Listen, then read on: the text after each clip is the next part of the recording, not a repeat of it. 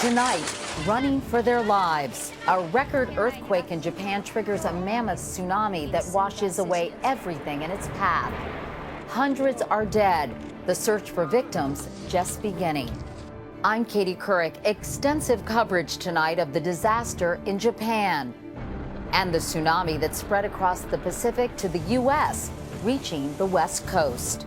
Japan declares a state of emergency at a nuclear plant as radiation levels surge. The area around it is evacuated. And the Ring of Fire, why this area of the Pacific is so vulnerable to earthquakes. From CBS News World Headquarters in New York, this is the CBS Evening News with Katie Couric. Good evening, everyone. It is Saturday morning in Japan. The sun is up and the extent of the catastrophe is becoming painfully clear. It's been nearly 24 hours since a powerful earthquake touched off a huge tsunami that swept across Japan's east coast. The quake, a magnitude 8.9, was the fifth largest in modern history. Centered off Japan's northeast coast, it was felt for 1,300 miles. Very early reports say more than 400 people are dead. Japan's Kyodo news agency says the final number is expected to top 1,000. Most of the victims drowned. Nearly 1,000 are reported injured, more than 500 are missing, and 4 million homes and businesses lost power. The first estimate of the damage, $10 billion. That damage includes a nuclear reactor in northeastern Japan. Radiation levels are soaring and the area is being evacuated. Most flights between the U.S. and Japan have been canceled, and there were fears the tsunami would pound the U.S. But by the time the waves reached Hawaii and the West Coast this morning, they had lost most of their punch. President Obama said he's heartbroken by the disaster. U.S. assistance is already on the way to Japan. Lucy Kraft is there. The monster quake, thought to be the largest in Japan's history, triggered a ferocious series of tsunamis.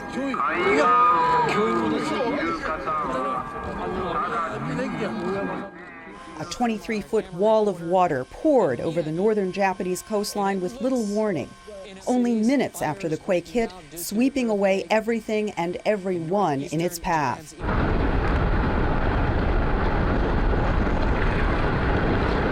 Cars were tossed like toys. Boats were battered by the tide. This tanker was swept up onto the shore. Another ship fought to escape a massive whirlpool. And the fate of the boat and its crew is unknown. We're at tsunami, obviously coming in several sweeps. Minutes later, a second deadly wave. Surging water overtook coastal city streets, ripping fishing boats from their moorings and swamping buildings. The tide forced its way up to 3 miles inland. The city of Sendai's local airport was submerged. The muddy water rolled over the tarmac, sending horrified travelers to the rooftop in search of high ground. Sendai, home to 1 million people, saw the worst of the disaster. Police say up to 300 bodies have already been found. Street after street was reduced to rubble.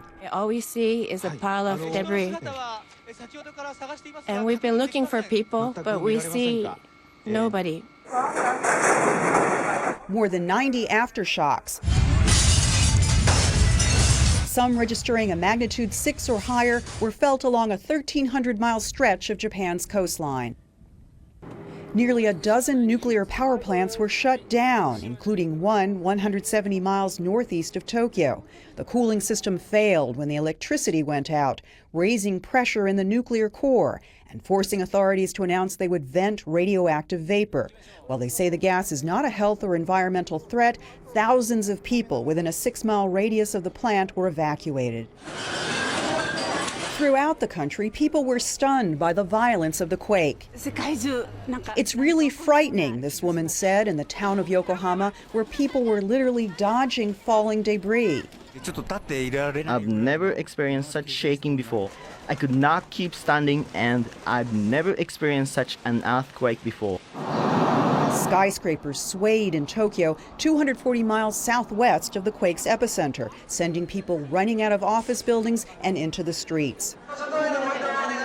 Shaken commuters were stranded as train and subway service, usually moving 10 million people per day, came to a grinding halt. And streets were jammed with cars going nowhere. By nightfall, fires were widespread throughout the quake zone. A fire at this large oil refinery in the city of Ichihara was out of control. Its flames, hundreds of feet high, were visible for miles. Authorities are urging citizens to stay in their evacuation centers, not to try and go look at their homes because of the continuing threat of aftershocks and tsunami. Katie? But Lucy, it is daylight now in Japan. What are we learning? We're seeing on TV just scenes of utter tragedy. Houses with their roofs ripped off, whole villages destroyed, at least 2 villages destroyed.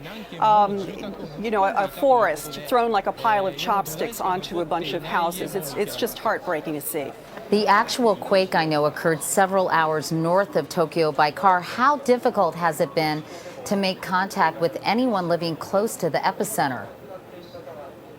Very difficult. Landline, cell phone, it doesn't matter. It's been almost impossible to get through to people in Sendai. I know this myself because I have a son there who goes to school, Katie, and we haven't been able to reach him since before the earthquake started.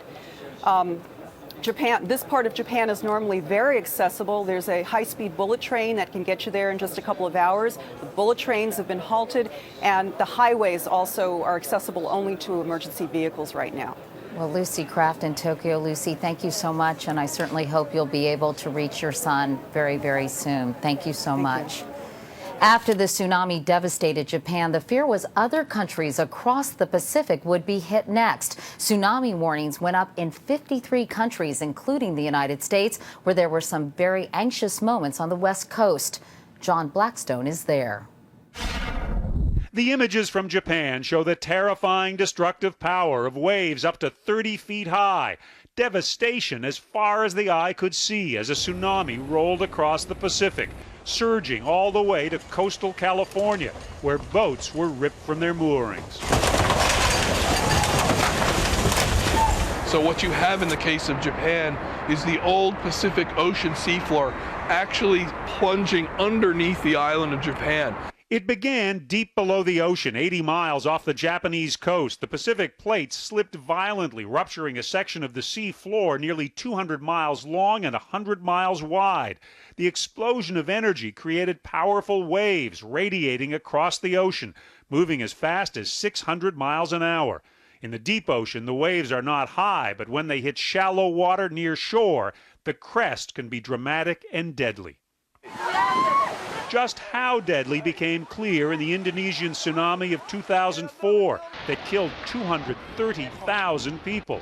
The death toll for this tsunami is still not known, partly because its impact spread so far. Where it started in Japan, waves were so high the gauges to measure them were broken. In Soma, Japan, the crest hit 24 feet. Over the next hours, the tsunami spread across the Pacific. At 8:27 Eastern Time, waves of nearly 6 feet washed onto the beaches of Maui. 2 hours later, the tsunami began hitting the California coast. There, waves reached nearly 8 feet high in Crescent City, destroying the harbor and wrecking boats. It looks like a tornado hit it, like you see in the Midwest. In Santa Cruz, south of San Francisco, surge after surge swept into the harbor, washing boats back and forth as owners looked on helplessly. This is really scary. I'm sorry. I'm kind of emotional. I gotta go.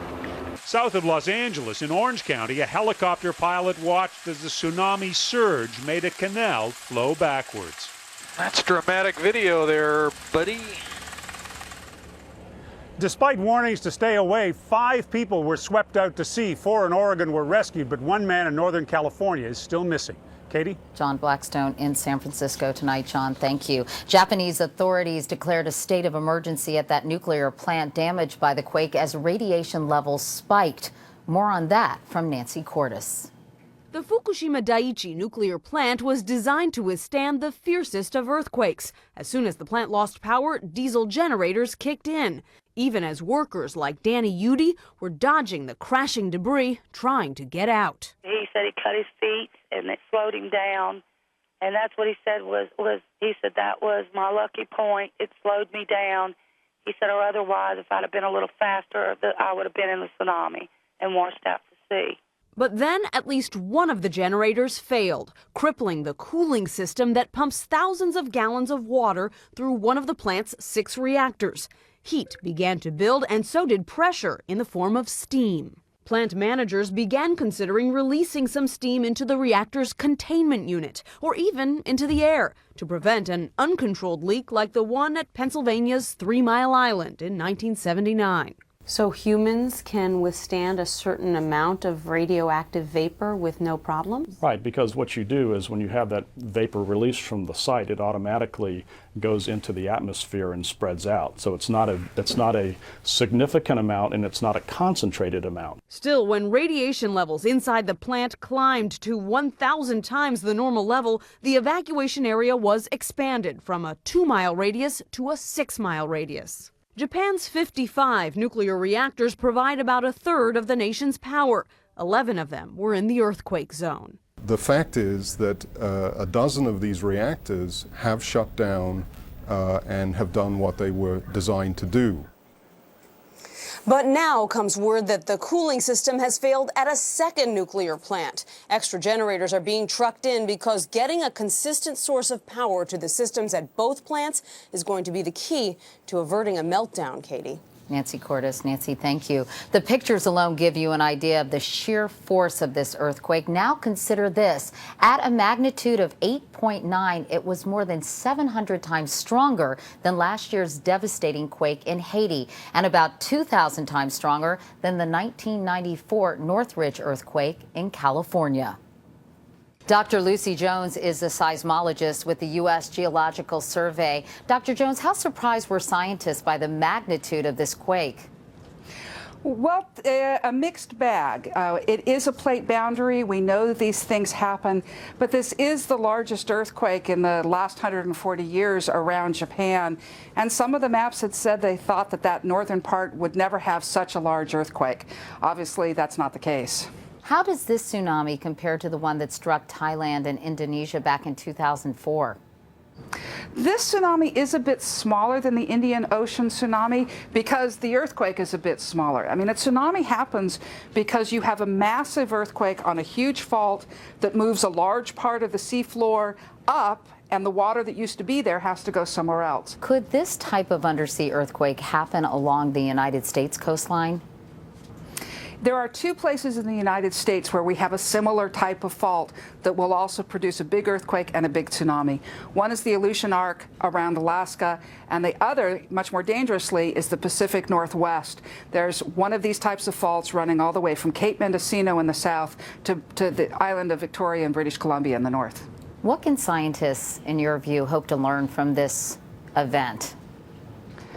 This is going to be the best recorded earthquake ever. The Japanese have spectacular instrumentation, and I think we're going to learn a lot more about the fundamental nature of earthquakes. We're also going to be learning a lot about how buildings behave in these very largest events, and especially the cities of Seattle and Portland should hope that we're looking very, very carefully at just how the Japanese buildings behaved. Dr. Lucy Jones of the U.S. Geological Survey. Dr. Jones, thanks so much. Those areas that Dr. Jones mentioned are all in the so-called Ring of Fire. Coming up next, why it's the source of the world's deadliest disasters. And later, another dark day in history. Newly released tapes from the day President Reagan was shot.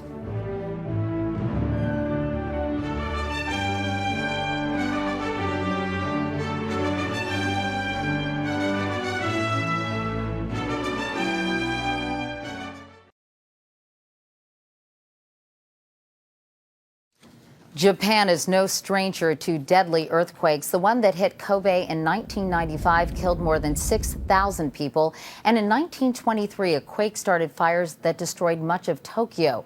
leaving 140,000 dead.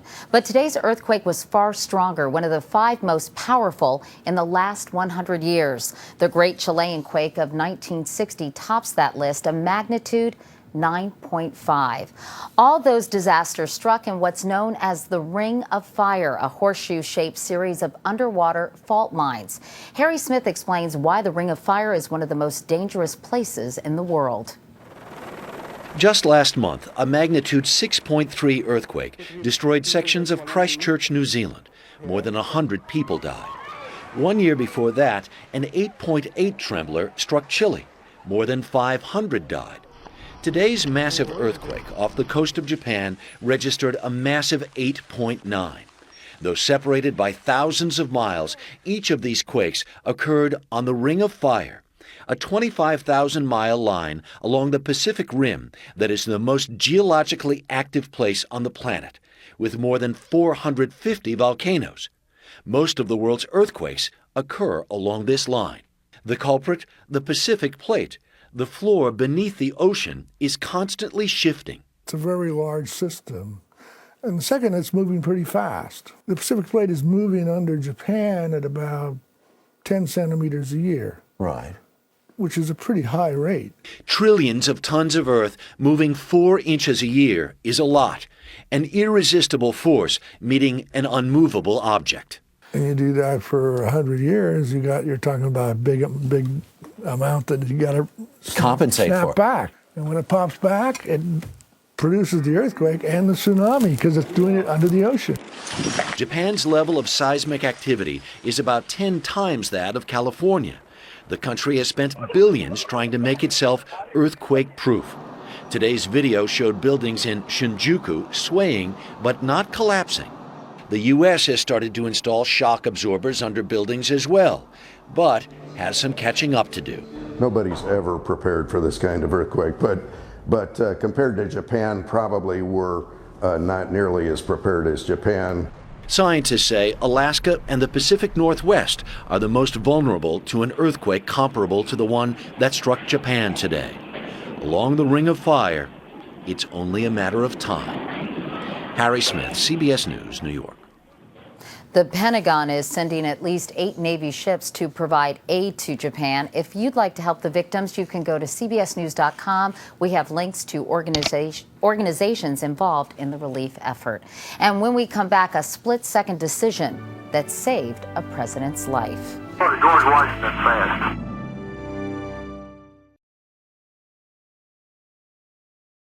The Gaddafi regime has the momentum now in the battle for Libya. After forcing the opposition to retreat from Ras Lanuf yesterday, Gaddafi's Air Force today pounded rebels holed up at the refinery outside town. And in the west, loyalists retook Zawiya after battling rebels for weeks. At the White House today, President Obama said the U.S. and NATO are still considering military action against Gaddafi. In other news, it was 30 years ago this month that Ronald Reagan, just 70 days into his presidency, was shot by John Hinckley Jr. Reagan was gravely wounded, but he would survive. Today, the Secret Service released 10 minutes of dramatic audio tape from that day. Bill Plant, who covered the Reagan White House, has the sound and the story. Seconds after President Reagan exits the Washington Hilton comes the radio call the Secret Service dreads. Guys, we've had shots fired. There are some injuries. Lay one on. Agent Jerry Parr, head of the presidential detail, shoves Ronald Reagan into his armored limo. As it speeds off, Parr at first reports that the president, codenamed Rawhide, was not hit. Rawhide is okay. Follow up. Rawhide is okay. Back to the White House. Back to the White House. Rawhide is okay. Then a telltale bloody foam on the president's lips. Agent Parr knows that means a punctured lung. We want to go to the emergency room of George Washington. That's the Roger. Go to George Washington fast. As the limo, with no police escort, rushes to George Washington University Hospital, the president's condition appears to deteriorate. Agent Parr remains dead calm. Get an ambulance. Get the stretcher. 3.5 minutes after he was shot here, President Reagan walked into the hospital. The president collapsed in the emergency room, far more seriously wounded than we knew then. Bill Plant, CBS News, Washington. Arizona Congresswoman Gabrielle Giffords also survived an assassination attempt. Today, her doctor said she's recovering, quote, by leaps and bounds. Her breathing tube is out. She's walking and speaking better. She has been told she was shot, but she has no memory of it. A gunman killed 6 people in that January attack. Giffords and 12 others were wounded. And coming up next, the latest on the disaster in Japan.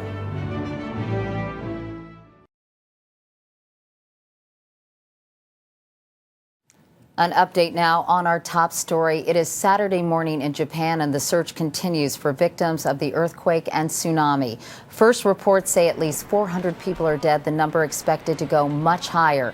The earthquake damaged a Japanese nuclear reactor. Officials declared a state of emergency and ordered an evacuation as radiation levels spiked.